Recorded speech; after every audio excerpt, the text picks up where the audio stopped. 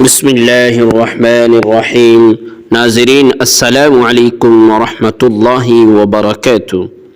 حضور صلی اللہ علیہ وسلم کے عام صحابہ کرام رضی اللہ عنہم کا سختیاں برداشت کرنا۔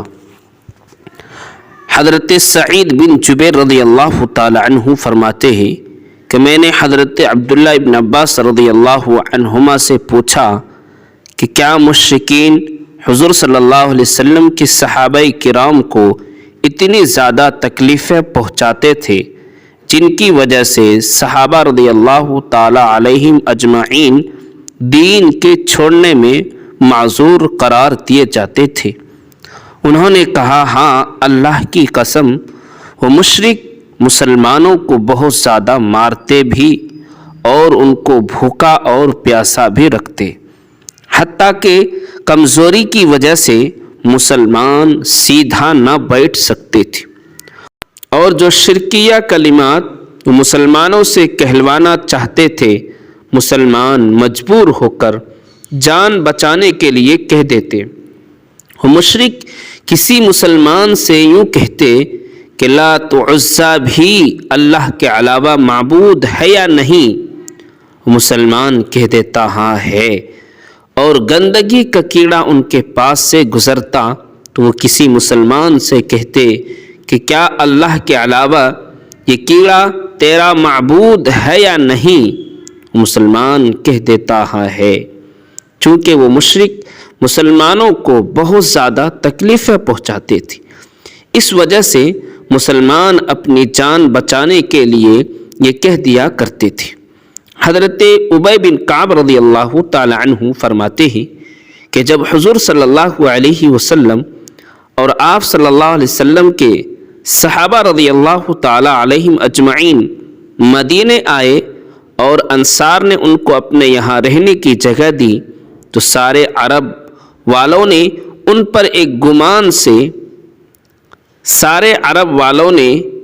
ایک کمان سے تیر چلائے، یعنی سارے عرب کے لوگ ان کے دشمن ہو گئے، تو مسلمانوں کو رات بھی ہتھیار لگا کر گزارنی پڑتی تھی اور دن کو بھی ہر وقت ہتھیار لگانے پڑتے۔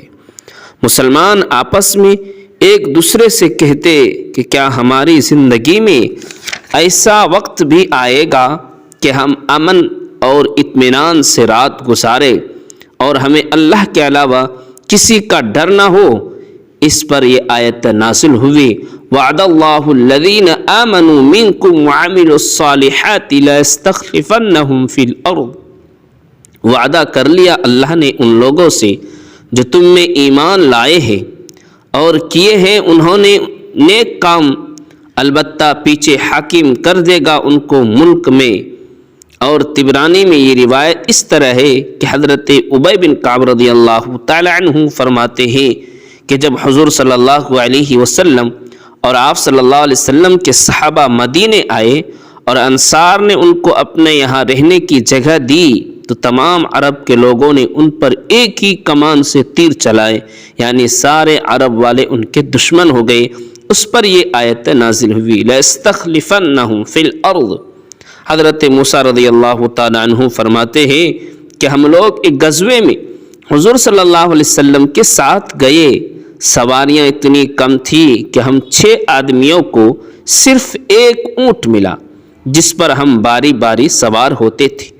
پتھریلی زمین پر ننگے پاؤں چلنے کی وجہ سے ہمارے پیروں میں چھالے پڑ گئے اور ہمارے پاؤں گھس گئے، اور میرے دونوں پیروں میں بھی چھالے پڑ گئے اور میرے ناخن جھڑ گئے، تو ہم اپنے پیروں پر پٹیاں باندھتے تھے۔ اسی وجہ سے اس غزوے کا نام ذات الرقاع رکھا گیا، کیونکہ ہم نے اپنے پیروں پر پٹیاں باندھی تھی۔